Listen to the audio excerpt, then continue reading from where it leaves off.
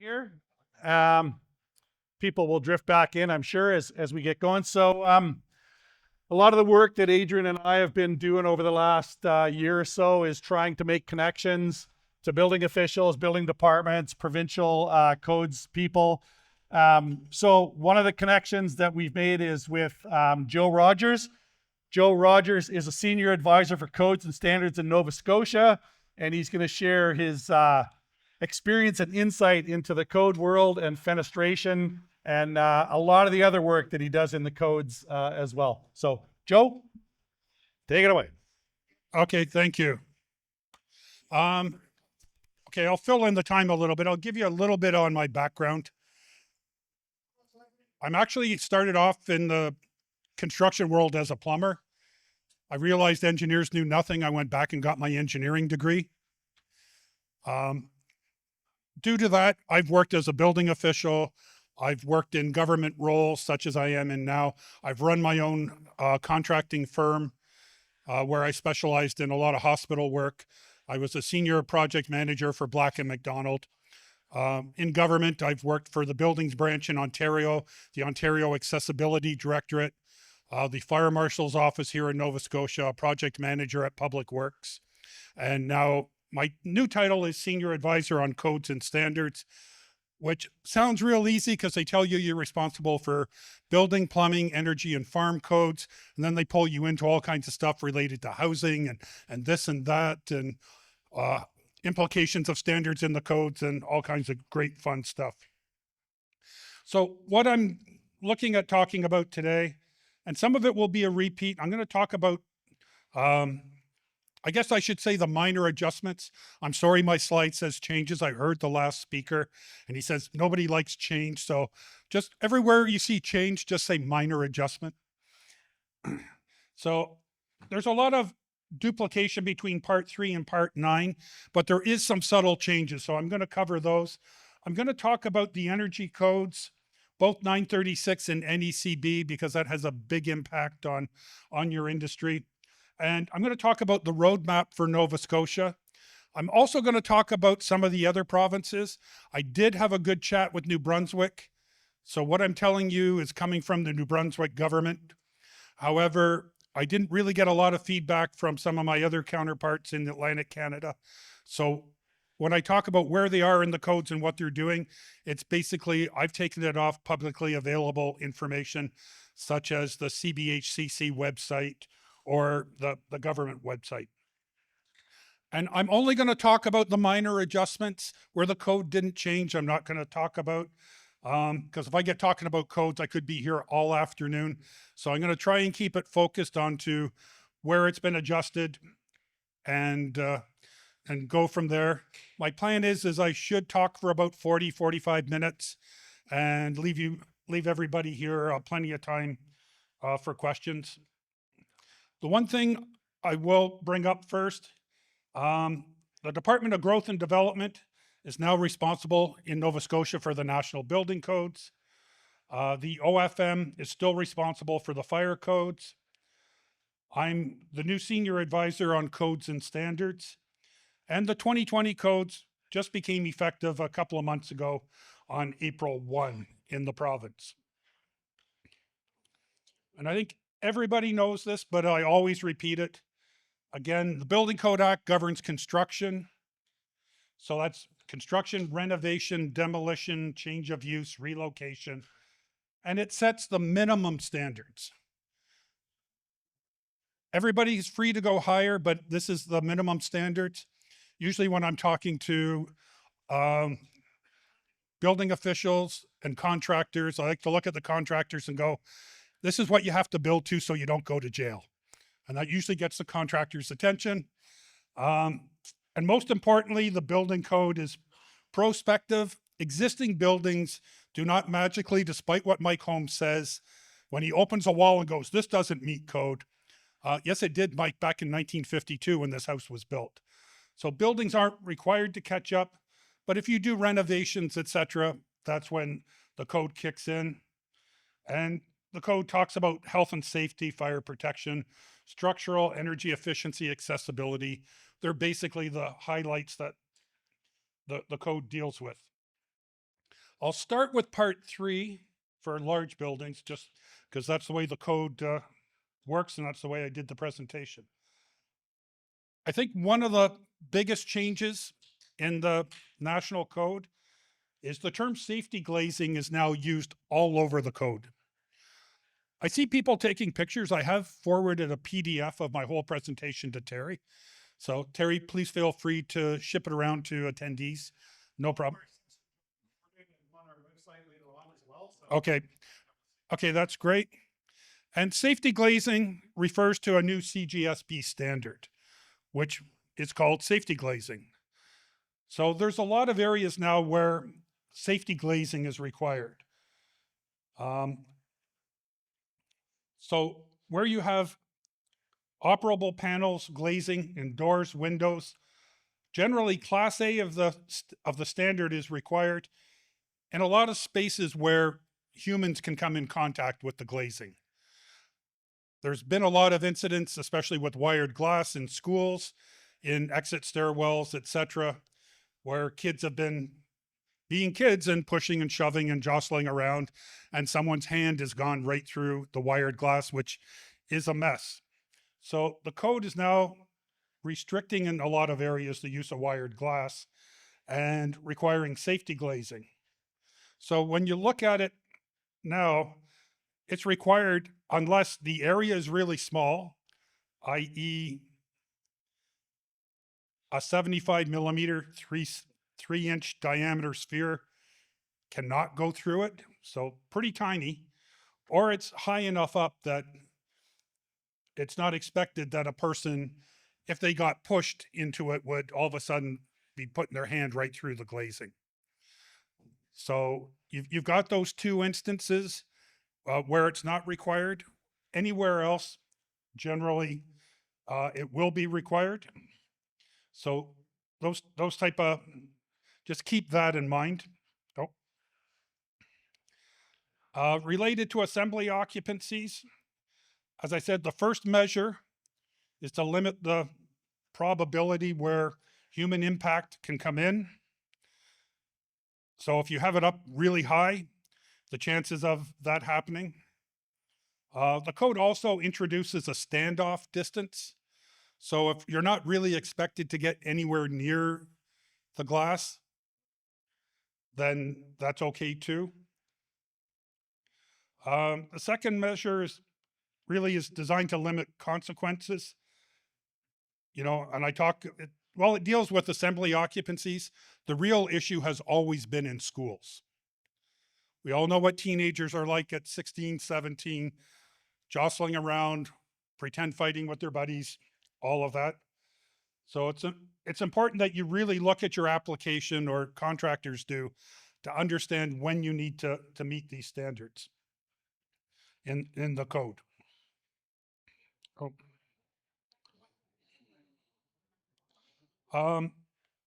The other item is wired glass is still permitted in the code, and almost in a lot of instances, wherever wired glass and glass block were permitted, safety glazing has been added.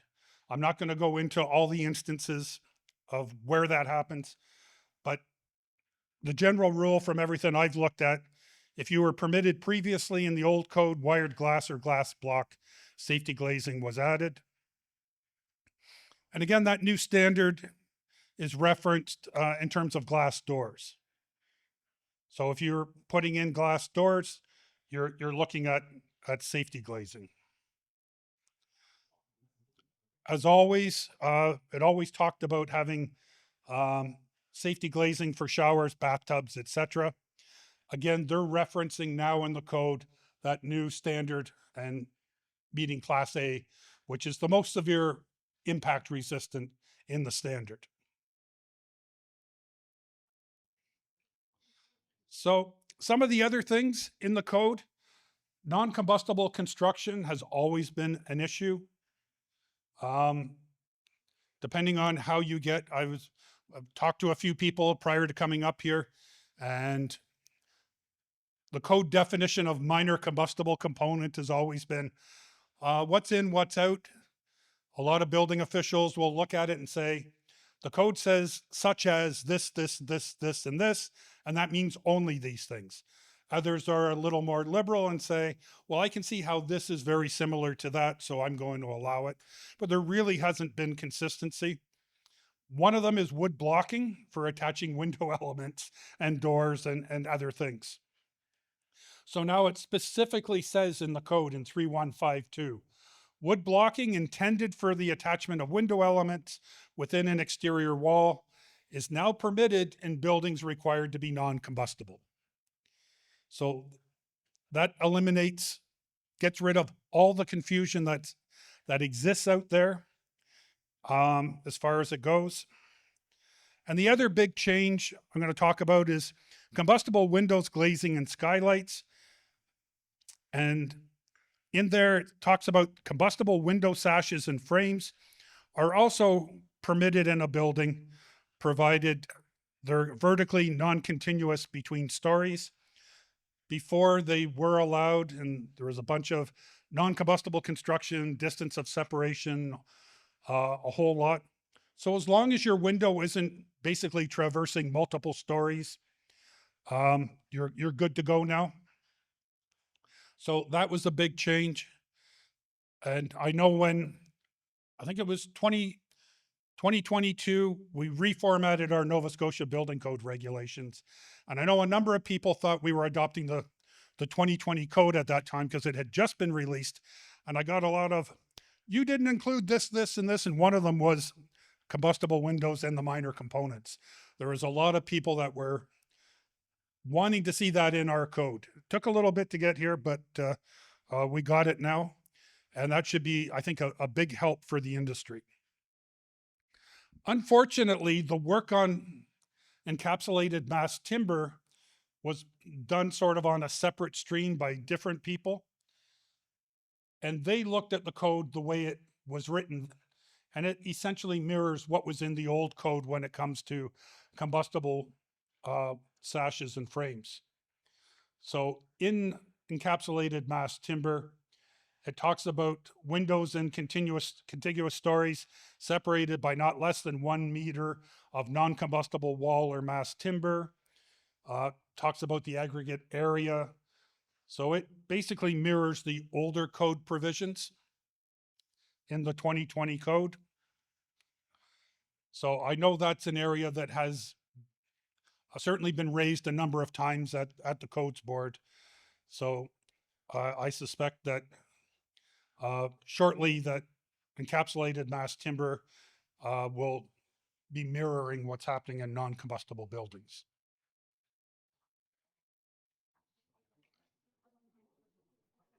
One change that really isn't a change, but it was done again for completeness. Glazing for closures. Table 31817 now has 45-minute fire protection rating for doors and a firewall. And I know everybody says, wait a second, firewall can't have 45-minute doors in it. There is a provision that you can use 2 45-minute doors in a 2-hour firewall. So you have a 45-minute door on one side, a 45-minute door on the other. And so now the code talks about that. And it also talks about the maximum amount of glazing in that door. It was always the intent that if you use 2 doors, that the glazing restrictions would apply. It really wasn't clear. And again, it was being interpreted by building officials that if you put 2 45-minute doors, you can't have any glazing in it. Some of them said that we're looking at it and saying, yeah, well, yeah, so you use 2 45-minute doors. I don't have an answer, but maybe you can do this. It just really wasn't clear. So that clarification has happened, because it was never the intent of the code to exclude the maximum area of safety glazing in a 2-hour firewall when you were using 2 doors. So now the code table explicitly says, if you're using 2 doors, here's the maximum amount of glazing. So it aligns up to what a lot of people were doing, but again, the code wasn't clear and led to a lot of confusion as to when you could do it.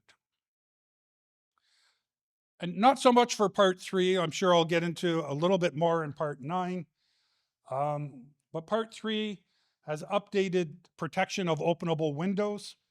So openable windows in residential occupancies must be protected by a guard at 1,070 millimeters. That's not new, that's always been in there. And they've always had something that said a mechanism to limit the clear opening to not more than 100 millimeters, 4 inches. But it didn't really talk about how you do that.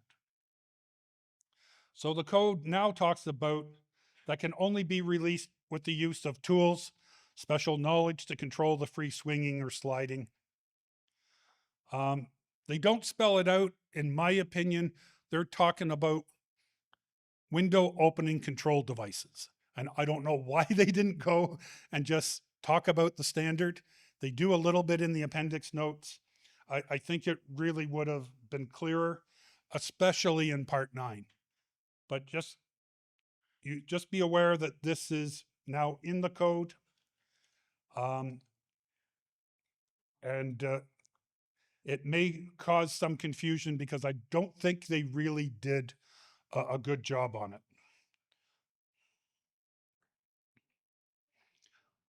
Also, for protection of openable windows, this is not new, but just a reminder that there is requirements that you can avoid that protection if the window is more than 1,070 high on the finished floor inside side, and the bottom edge is less than 1,800 above ground on the outside side.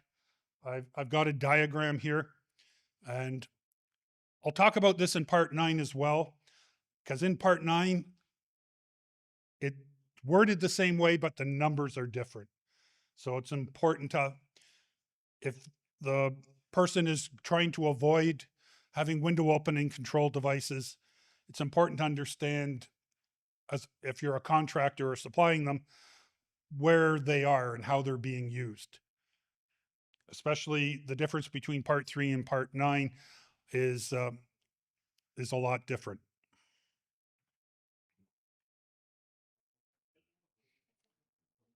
Also new on door release, certain exit doors now require a latching mechanism, and the code is getting explicit that that latching mechanism cannot extend not less than half the width of the door, and releases the latch and allow it to swing wide open when barrier free.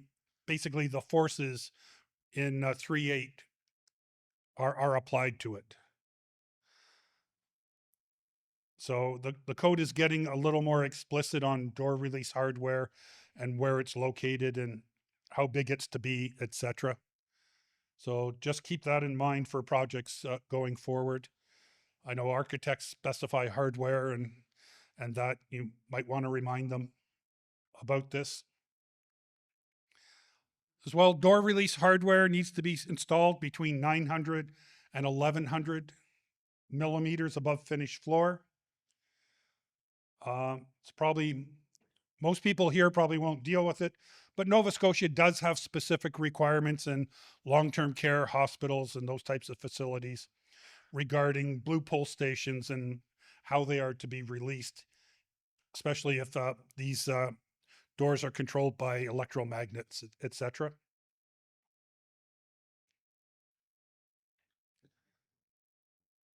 Also new, except for service entrances, all entrances are required to be barrier free. So in the past, the code said 50% of entrances needed to be barrier free. So you had your door at, if you had, you're at Micmac Mall and you've got 10 entrances, 5 needed to be barrier free, 5 didn't need to be. That has now changed. But however, still, if you've got multiple doors, similar to at Micmac Mall, if you've got 8 doors coming in, only one of them needs to be considered barrier free. The rest of them would not need to comply. The barrier free door width is now 850 clear, which is typical for 3-foot doors. But again, some of that can be dependent on hardware and exactly in order to meet that clearance. Also, previously in the adaptable housing requirements, Nova Scotia basically said you needed a 3-foot door, didn't deal with clear width. Now, Nova Scotia in the adaptable housing requirements, I don't think it's going to mean any change. It just says the clear width now needs to be 850. So it's aligned throughout the code. It was originally done because when we talked to a lot of home builders, they said, don't tell me about clear width. Don't tell me about that. Tell me how big a door I need. So it was originally done. And then that led to a bunch of questions of, is that 900 clear? Is it, why are you got more in a house than you do in another building? So now it's just all the same. So for those of you who are supplying doors and houses, I don't think it's going to mean any difference. To meet your 850, you're still going to be providing a 3-foot door, but just be advised that it might. And again, I've got a little picture up there talking about door hardware, etc., and making sure it doesn't interfere with those barrier-free clearances.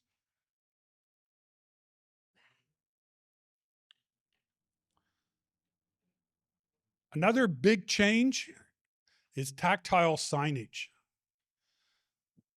And the requirement for that is on a lot more, a lot of doors now to assist people with visual impairments, etc.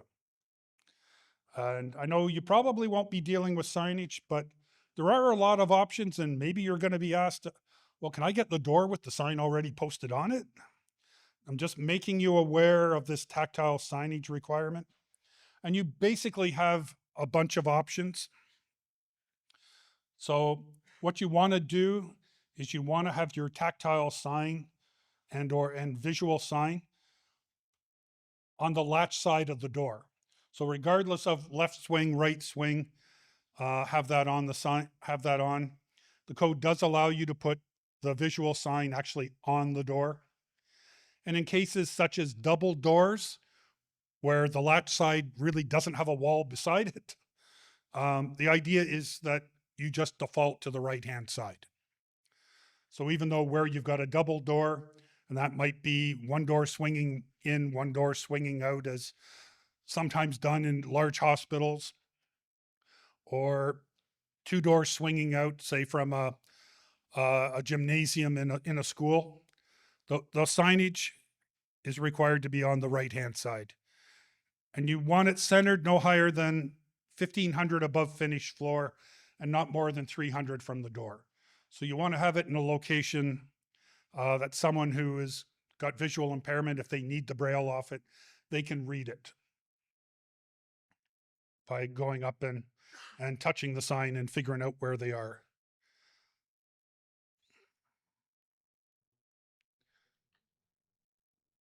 So one of the questions I've been getting a lot of is, where is this signage required?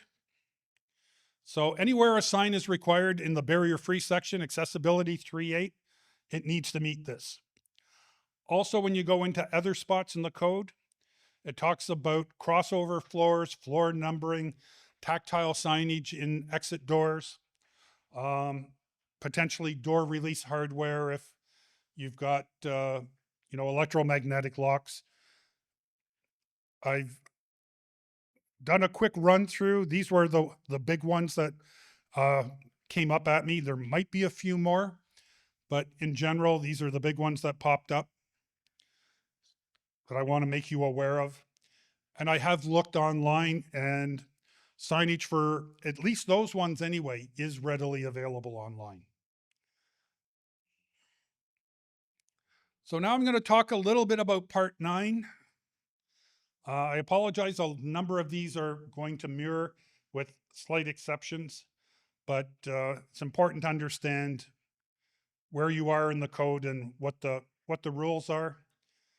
Again, doesn't matter part 3, part 9, you're in a washroom, shower, bathtub, you've got glazing, very popular these days in hotels, that they put some sort of glazing around the tub and avoid shower curtains and all kinds of items like that. So again, we're back to Class A of the CGSB standard. Part 9, openable windows. One of the changes from Part 3 is openable windows in residential occupancies. It talks about protected by a guard of 900 millimeters high. What was Part 3? 1070, right. So subtle difference. Guards in residential occupancies are all generally a little bit lower. So just be aware of that. And again, it talks about a mechanism that can only be released with the use of special tools, knowledge, all of that fun stuff to limit the window to not opening much more than 4 inches, 100 millimeters.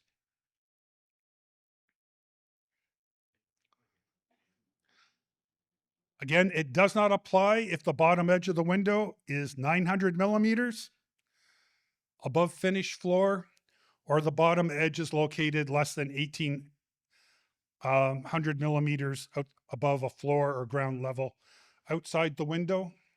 Again, so the finished height inside the house is lower than what it was in Part 3 buildings. That's why I said it's important to understand where they're going and how you get there in terms of if you want to try and avoid it. Now here comes the tricky part. Part 9 buildings that are unsprinklered in bedrooms for a long time have required egress windows. And the primary rule of egress windows is they are to be openable from the inside without the use of keys, tools, or special knowledge. And we have this other code requirement that says, wait a second, you need to use keys, tools, or special knowledge. So how do you comply with both of them? I did a lot of research on this. I talked to a number of my counterparts across the country. And in Nova Scotia, I don't have the ability like some other provinces. In particular, Alberta has issued a stand data on this that says, if you do the following, we think you meet both. I already knew this was a problem. I've brought it up a number of times. And I looked at it and basically came up and said, in our user's guide, which is to provide guidance to people using the code, contractors, building officials, etc., that a mechanism that complies with the ASTM F2090 can be used to comply with both. However, this type of mechanism would be inappropriate for any bedroom, sleeping room that would be required to be barrier-free, just due to the way that you need to use to open it. Typically, it has 2 simultaneous actions to happen, or you could have one action that requires multiple movements, which if you have limited ability to grasp, twist, and turn, could be a problem. So I do know I've gone to, I went to the introductory course that was put on for building officials, and this was included in the training to building officials, that the province has issued this guidance. Ultimately, the building official in Digby or Truro or HRM or Sydney, they are responsible for enforcing the code. But we have issued this guidance, and I've spoken with the building officials, and at least the board of directors of the building officials thinks this is great guidance, and they're recommending their members follow it. Again, it's not a binding interpretation. I don't have that ability here. However, it is an effort to try and promote uniformity. I believe it was a question for the previous gentleman that was up here that talked about inconsistencies in enforcement. So this is one effort that we recognize this is an area that could be a major inconsistency in enforcement. So we're trying to catch it right from the get-go to ensure we try and get everybody on the same page.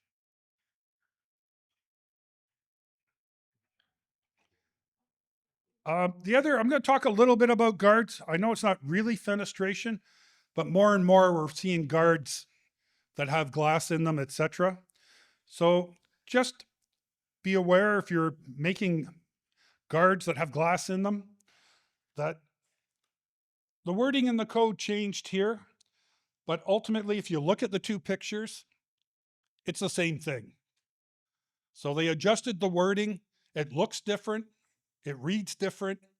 But when you actually draw it out, it really doesn't mean anything different than what's been happening. I've had a number of people call me and say, what the hell does this mean? How is it different from what we were doing? It's not. But you know, when wording changes, when you use different wording, if we're talking about the same thing and I use one word and you use another word, people automatically assume we're not talking about the same thing because we're using different terminology. Also new is this little piece on the stairs. There's been nothing in the code about how big that could be. Some building officials ignored it. Some building officials went back to, well, it can only be 4-inch diameter between the pickets. Why? That should be 4 inches. There's been a lot of problems there. So the code now clarifies that it's 150 millimeters max, which is essentially 6 inches. And the code has added where glasses and guards that safety glazing is now permitted. That new standard that we talked about. And again, depending on where the guard is going, part 4 has extensive, you know, here's the loads you need to be concerned about, yada, yada. Part 9 itself is a little less lax on the loads, but just keep this new requirement in mind, especially if whatever you were designing for your guards didn't comply with this new 150 millimeter max rule. Also, glazed openings in exposing building face has been revised. In some cases, like sentence 2 was changed, and it was meant just to clarify the intent, make it easier to read. I think it actually does that.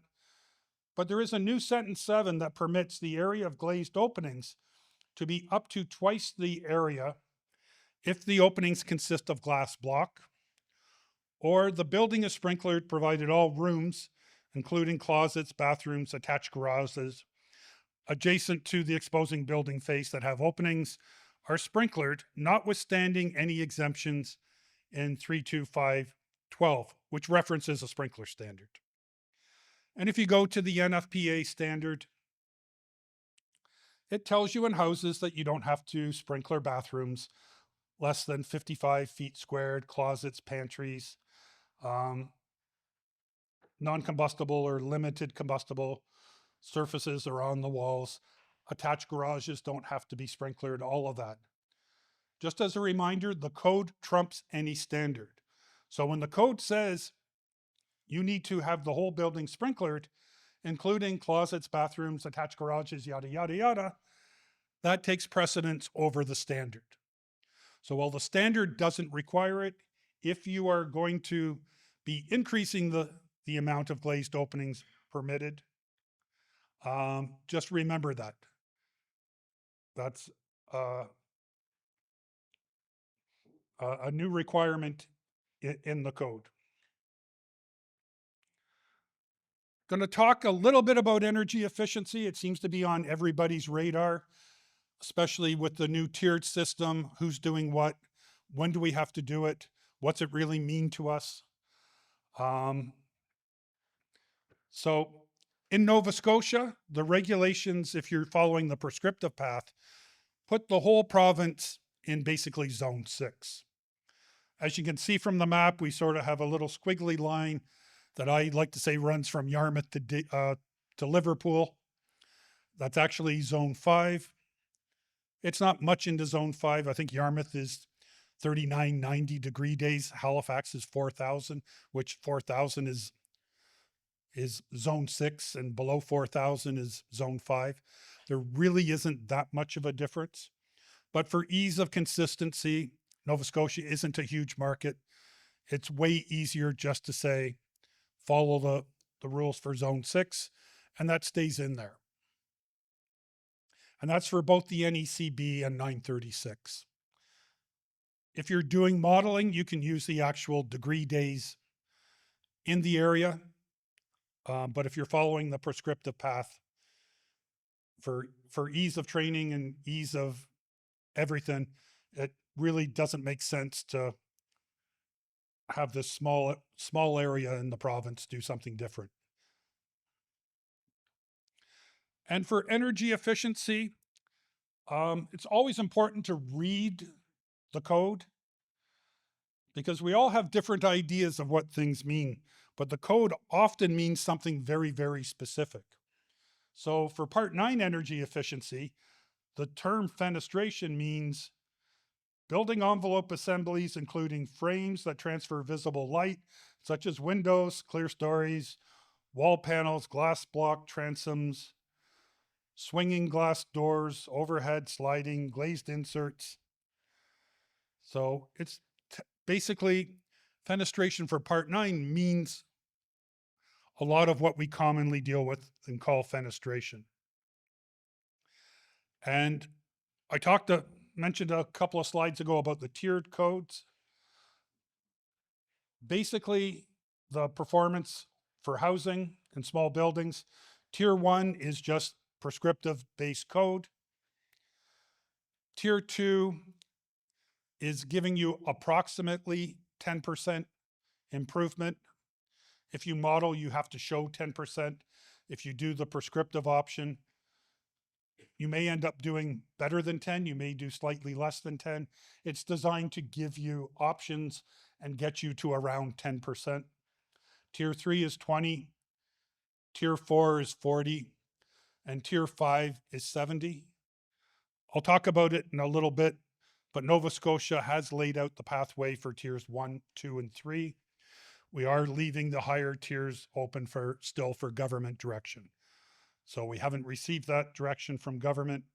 But the one thing that we have heard loud and clear, and I thank industry from that, not just Fenestration Canada, but construction associations, home builders, they have said to the governments across the country, we want a clear roadmap. We want to know what we have to do and when. You know, for those of you who have ever been involved in design of buildings, I've worked on projects that have spanned 18 months, 2 years, 2.5 years in the design phase. And there's nothing worse than spending close to 36 months trying to do a design of a building. And next thing you know, well, wait a second, we're changing where we're going. And before you get a shovel in the ground, you got to fix up your design. So this is an attempt to try and avoid that. So we've put out for both the NECB and the building code what we expect to get us to Tier 3 and when. So the plan for Nova Scotia, April 1, just a little while ago, base code, Tier 1, NBC, NECB. Next April, 2026 for houses, small buildings, jump to Tier 2.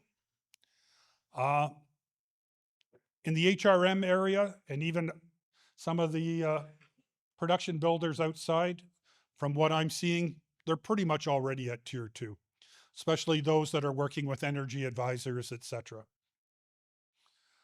As a matter of fact, I don't know how many people are aware of the Habitat for Humanity house that was built in Truro. It actually hit Tier 3.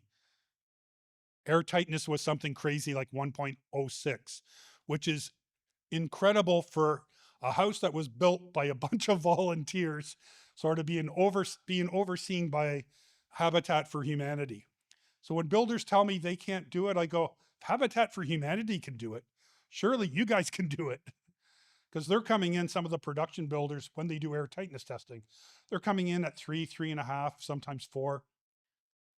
So I'm not aware of how they exactly did it, but I do have the results of the blower door testing and some of the other things that they did at that house. And that group did a remarkable job. So for all those who say some of these goals are not achievable, we've got volunteer organizations out there that are hitting some of these targets. So April 1, 2027, NECB jumps up to tier 2. The most important part about the NECB at tier 2 is it requires all buildings to be modeled. There is no prescriptive path. So again, the gentleman before talked about sort of upfronting design. When you start doing modeling, you're really upfronting your design. You're saying, this is what I need to do, how and when. So, you know, it can let you use different than what was prescriptive, but it's usually made up for elsewhere. April 1st, 2029, that's tier 3 for the NECB. Again, the remainder is determined by probably on adoption of the 2025 codes. New Brunswick, they're currently at tier 2 for both the NECB and NBC. PEI is on tier 1. And Newfoundland just talks about the 2020 building code. They don't talk about tiers, so I would assume that's just base. Building code, tier 1, and NECB is not adopted in that province. Also, Performance Path now allows EnerGuide rating systems. There's a lot of builders that are doing EnerGuide, so that is also a pathway. Energy conservation points, so that's tier 2 and beyond, 936. One of the ways to do it is install better doors and windows. There's a table on that. That's the table currently in the code. It offers limited options. There is additions to that table that's coming into the 2025 code. New Brunswick has already adopted that table. So if someone is putting in super efficient triple glazed windows, you can use this table. The other really important part about these tables, help if I click it wasn't clear in the 2020 code, but I started looking at what they were doing, and I actually plotted it out. Looks pretty linear, doesn't it? So in the 2025 codes, they tell you can specifically interpolate between two values. So if your U value is 0.9, you don't need to go backwards and say, oh, I only get this many energy conservation points because I'm not at the next level. So you can interpolate between those 2 points. The 2020 code is silent, but that's a big point I'm making, because I guarantee you that when you're doing your windows, nobody's saying, okay, yeah, I'm exactly 1.44. You might be 1.43, 1.39, might be 1.25, or 1.25. And as you can see, between 1.6 and 4.6, there's a big jump. So if you're at 1.25 and you got to go backwards to 1.6 when you're actually closer to getting 4 energy conservation points, it's a little bit of a penalty.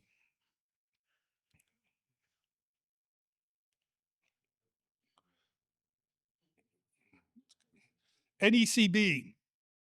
One big change, NECB now applies to existing buildings. In Nova Scotia, we're telling everybody that if you built to a version of the NECB, that's what you're to comply with. So if you constructed a building to the 2015 NECB and Zone 6, you had a requirement for fenestration, the replacement needs to meet at least that code.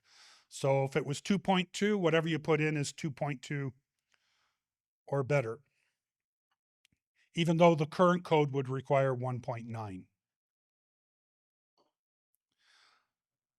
As we mentioned, the energy codes as well are tiered. There is only 4 tiers. So you're at tier 0, which is base code prescriptive. The 25, 50, and 60 is modeling only. So larger buildings, once Nova Scotia moves to tier 2 will have to be modeled.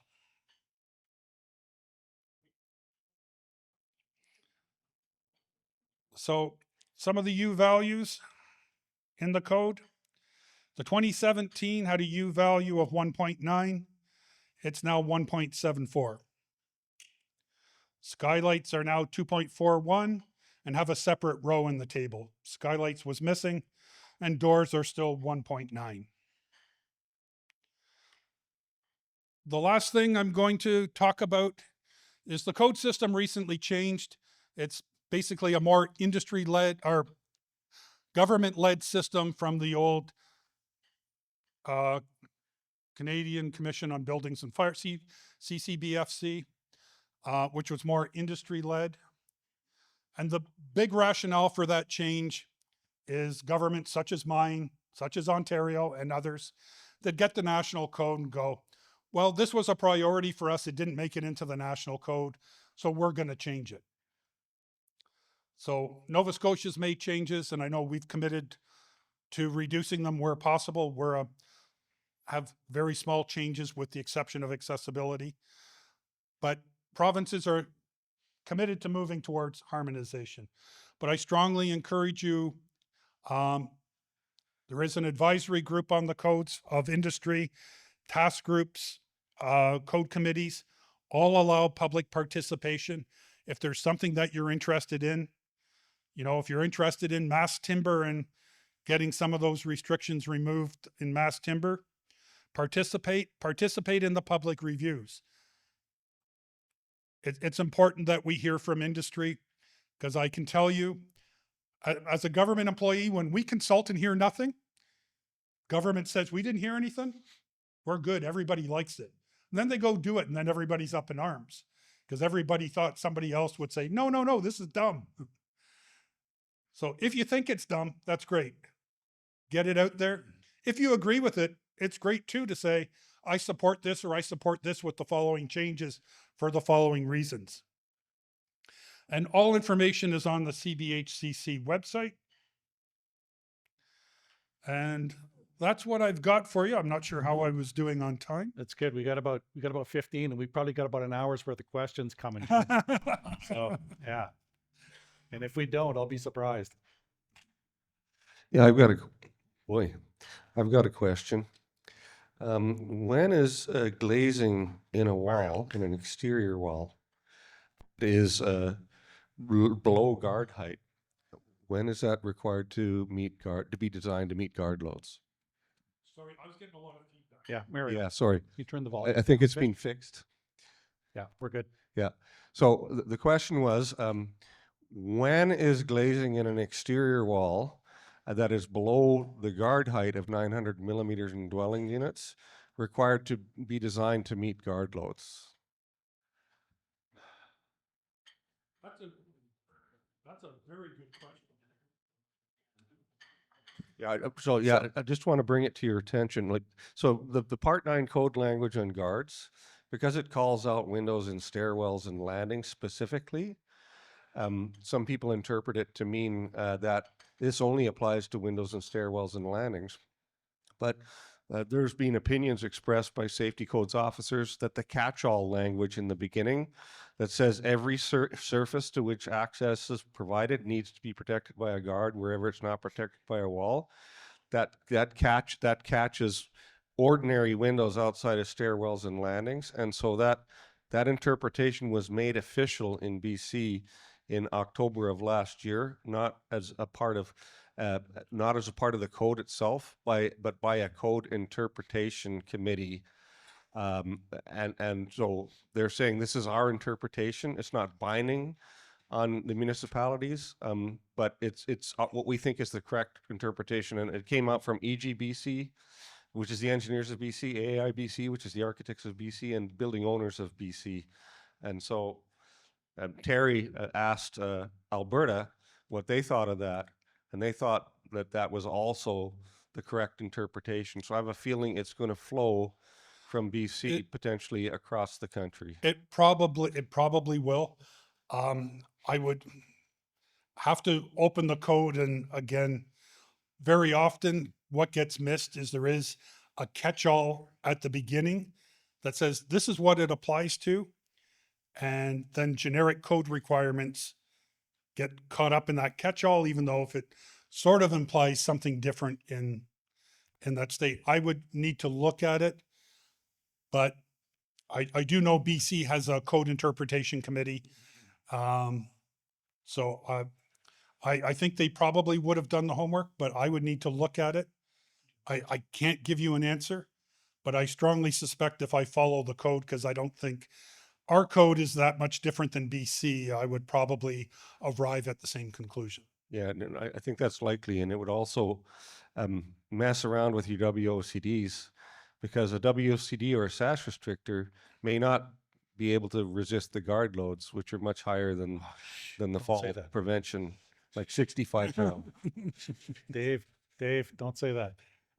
Just to add quickly to this, in Ontario, we just got something back from the OBOA on the interpretation is it's only stairwells and landings. So it's different. It is different in Ontario. We have a different interpretation there. So, okay, sorry, those types of questions actually require a lot of I'll maybe digging and I'll cross-referencing. send some of these to you afterwards. Sure, so that you would can talk be about it. great too. You talked about the difference in height between part 3 and part 9 in the guard heights and that. What about a part 3 building in dwelling units in that building? Is that 900 or is it 1070?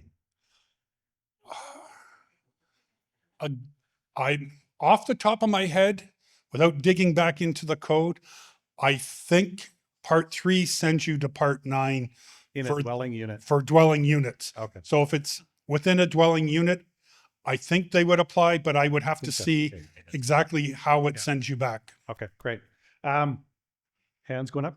I do want to dive into the WOCD thing because, listening to what you said, and I think I followed most of it. In Nova Scotia, WOCD devices are acceptable for fall protection outside of a bedroom. I think that's what I understood. And Correct. In a bedroom, you need to be talking to the local AHJ to see what they're doing, basically is what you're saying, right? I would say yes. I've issued, I've looked at it. I've discussed this with the number of my counterparts, and I would say I think most of the provinces are all on the same page and are sort of landing where I've landed. I know I had to modify because I was putting together our user's guide. We hadn't published it, and Alberta came out with theirs, and I'm thinking, wow, this is remarkably similar. And then I caught their bit about barrier-free suites, and I went, oh, that's a good one that I had not given consideration to. So I saw a bulletin from the town of Rothsay and our buddy Steve Nason. Rothsay allows WOCD devices in bedrooms. That is official from them. They just issued that bulletin. So that's okay. That's good to know, because Steve and I did actually have a fairly lengthy conversation. Sure, yeah. Questions still? I'm going to keep going if nobody else has got something. Go ahead. So you talked a bit about existing buildings, and when you're in the world of window retrofitting in existing buildings, I've used the clause in part 1 that says you're not obligated to bring a building up to code. You just can't make it worse than the original code it was built to. And there's appendix language that talks about costs and rationales that go into that. Now we're seeing sections get introduced into the code that apply specifically to existing buildings. So you talked about how using the NECB on an existing building. It's not quite showing up yet in the national code, but in the BC code, they basically have a prescriptive table for U values of 1.22 for all windows in all climate zones. And if you know anything about windows, you'll know a 1.22 U value window is a casement or awning window. It's no longer a sliding product. So in an existing 1980s home that has sliding windows and bedrooms to meet egress, and the energy code is going to require 1.22 U value, it means going from a sliding window to a casement window, which can in many occasions result in an egress violation. So now you have an energy code, energy requirement to bring building up to new energy standards, but it will violate life safety. And there is, the only way I've ever been able to navigate this is with part 1, where you're not obligated to bring a building up to code, because the only way to solve this problem is to make the rough opening bigger. And so it always results in a huge conflict, especially if it's not communicated well up front. I've had projects where they've been stop work orders from building officials because they don't understand this. But I struggle with the issue of how to apply the building code to new buildings without decision-making process of what's most important. And we get into an argument about, is energy efficiency life safety? To some people it is, to some people it's not. But we're embarking on, and why I bring this up is I think it's important for code officials to know that as we push agendas of specific code topics as most important, and we start applying that to existing buildings, we are going to create really big problems. And a future problem I see is, and it goes to the OECD problem, is if you renovate in a house built in the 90s with a sill of an operable window 2 feet off the floor, the code now says that window needs a restrictor. And that's going to run into another egress issue versus fall protection. So there's a lot of conflict coming when it comes to existing buildings. And I would like your input a little bit about how you see the code applying to existing buildings with these sort of conflicts that occur. Good question, because I was actually talking to the gentleman now holding the microphone a lot about that.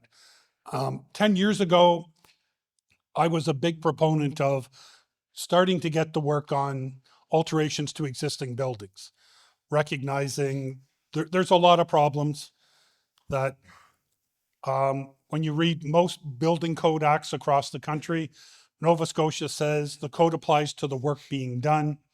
So if you're building a ramp, the code only applies to that ramp. If you're replacing a window, theoretically, the new code would apply to that window. I know a lot of building officials say, you're replacing a window, I don't care, I'm not permitting it, just do whatever you want. I think there needs to be a lot more consistency, like I said, so I was a big proponent of that. I'd be afraid, I live in a 50-year-old house built to the 1965 building code. If I have a split level bungalow, I can't put code compliant stairs in it. Yeah. Just today's code won't fit. Building code says I have to. So we recognize there's a lot of issues. And from my perspective, and I know two things. When I teach building code to building officials, contractors, well, there's a bunch of objectives: fire and life safety, structural accessibility, environment, energy efficiency, whatever you want to call it. There is no hierarchy. An objective is an objective is an objective. Accessibility doesn't take a back seat or a front seat to fire and life safety, to energy efficiency. They're all supposed to be equal objectives. They're all in the code for a reason, that they cover off something that the code needs to address. So I do recognize, and I've heard it from building officials, I've talked to them about windows and things, and they go, I really don't care what the U value of the damn window is. I care that it's flashed and isn't going to be leaking and cause mold and other problems in the house. This energy efficiency thing can go out the window, as far as I'm concerned. There's very few of them, but they're out there. That's But great. you know, there really is no hierarchy. And I'm starting to hear some things that I don't think the AEB work is accomplishing. I think what the provinces and territories wanted when we embarked on that journey. But I'm hopeful that if it has gone off the rails, that it can be brought back. Because the ultimate premise of that, and we had myself, we had BC, we had industry people all sit in a room and basically say, number one rule of this is, if the performance level of the existing building was acceptable to the code that it was built, that carrying forward that, whatever that is, should be good going forward. So if the stair rise and run is X by Y, it doesn't need now to, when you're replacing the stairs, be X plus 3 and Y plus 2. So it, like I said, I was very hopeful that that work would kind of solve a lot of the problems, because, you know, Quebec has their own requirements for changes to buildings. there, I can't remember whether it's part 10 or part 11 in the OBC that deals with it. You were mentioning BC. I know Vancouver has some rules. So I'm hopeful we'll all get on the same page, but from my perspective, it's, you know, you're trying to solve a specific problem, and that specific problem typically was a building built 50, 60, 70, maybe even not that far ago. It's impossible to comply with the current code. So there should be something in the code other than the building official going, yeah, I see what you're saying. Just recreate what you got. Yeah. So Go ahead. alterations to existing buildings, AEB. We just had our first meeting for the 2030 cycle. So anybody that is interested, feel free to reach out. I'm happy to kind of connect you through that process so you can be an observer. Right. Yeah, we're right at the beginning of making some of these rules and having those discussions that AEB is going to be implemented in the 2025 code. And there's some basics on the window side. If you're replacing a window, you have to meet the energy requirements of the day. If you're replacing glass, it just can't be worse performing. So that winds up becoming the kind of simplicity. But to the point, if you want a voice there, like I'm sitting there, I'm doing my best as a member in alterations to existing buildings. But if you want to be an observer and have your own voice, let me know. I'm happy to kind of walk you through that process. Okay, we're almost done. Well, I move over here. You had a slide there showing tub surrounds and safety glazing. When does a window in a bathroom near a tub require safety glazing? That's right. I get asked all the time. Is that part of the surround? If it's within, if it's like 3 feet across the floor to a window that's at below guard height, maybe. So it's a confusing detail that we run into actually quite often. I would say if it's actually in that perimeter. perimeter. Okay. I'm going to send them to you then. Well, again, I know just off the top of my head and the way I'm recalling the code being worded, that, if you had a tub and the window, I mean, you look way back in the houses built in late 50s and that you would always have a window sort of right through the wall right by the tub. Yeah. Because back then you didn't have fans and all kinds of ventilation. So you just open the window and a smidgen to let the steam out after your hot shower or whatever. It's become quite common with these freestanding tubs, right? So now where's the surround for a freestanding tub? I know I actually have a freestanding tub. My window is actually probably about 4 feet away. I never really given it much consideration, but another one that if you want a specific answer, I'd need to I'll follow dig right in. You bet. But I would say that if it's, in the perimeter of the tub area, that's what, can a person slip and reach for the sill and put their hand through the window is what I would be looking at. Yeah. Okay. Go ahead. Just as a point, I did a renovation in my bathroom, put a tub in because my wife really wanted one last year.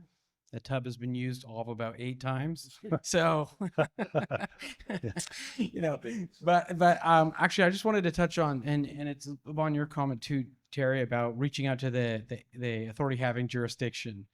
And part of it relates to some of the situations we've had in BC as consulting engineers. We've dealt with, especially in the U value, where the AHJ's had kind of a call on their interpretation of something. And then when we've requested for, more information or clarity, or said, hey, you've said this, do you understand the implication?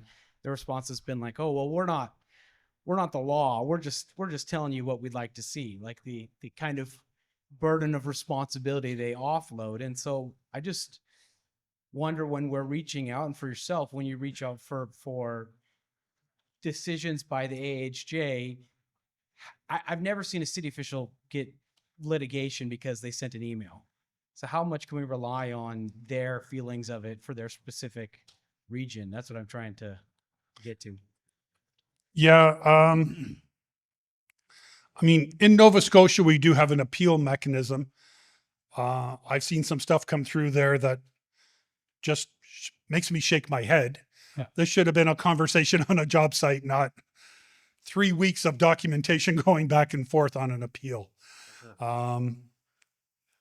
You know, I do know municipalities in a lot of ways seem to be getting very, very gun shy because essentially they're the last man standing. The contractor can go broke, the engineer can go broke, the window manufacturer can go broke, but you know, the municipality of Queens is still going to be sitting there holding the bag. And, you know, I'm not 100% sure how to deal with it. I won't name specifics. I've been dealing with the situation, and this municipality for 40 years has not issued an occupancy permit. The Nova Scotia Building Code says you cannot occupy a building unless a permit has been issued by the building official, period. Yeah. That means you need to issue an occupancy permit. Oh, we don't do it. Why? Well, we just say it's okay, but we don't want any liability on it. Yeah, Nice. That's, that's it. I said, the legislation requires you to do this. Yeah.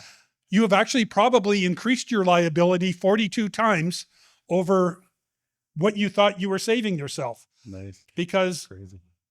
in this instance, a fire official came through on a recently finished building, found some deficiencies, and went to the building department and said, well, you still got an open permit. I see there's no occupancy for it. Please get them to fix this up. Building official, well, I'm done. I walked. Yeah. Well, there's no occupancy permit. We don't issue them. Yeah. Nice. Yeah, it's so frustrating, especially when not only from different authorities having different opinions, but even different people in that same authority. You know, they're like, oh, that's what Guy says. So, you know, but this is my job. It's like, yeah. Crazy. Yeah. It's a And challenge. I always, when I talk to building officials, especially where there's multiple, I worked in a municipality, there were 7 of us. And we held meetings 4 to 6 weeks, and we'd bring to the table, I found this and I denied it. And then Glenn would put up his hand and go, no, that's fine. I accept it. Martin would go, I accept it. Why did you reject it? And I'd outline my reasons. And they go, oh, never thought of that. We would, as a group, arrive and say, nope, we're going to continue to enforce this way. Or Joe's brought some items to the table that we hadn't considered. Now we're going to look at it that way. You know, we were trying to get all 7 on the same page just because otherwise it becomes a mess. You know, there's nothing worse, and I had it happen once where another inspector went on a job and approved something, and I came back from vacation on my next tour, and we were walking by, and I pointed out something. I said, well, you can't do that. Well, John was here and approved it, so you can't make me go back and fix it. Well, yes, I can. And then when I talked to John, he goes, oh, I don't remember that conversation. Well, All right. I hear some grumbling tummies. I should have blocked more time for you, Joe. I knew that there'd be some questions. But thanks so much for being here. Appreciate it. Stick around, have lunch with us, and people can chase you down and follow up on a few of these. All right. So lunchtime, we're back here at 1:30, folks. Thanks a lot. okay, thank you very much.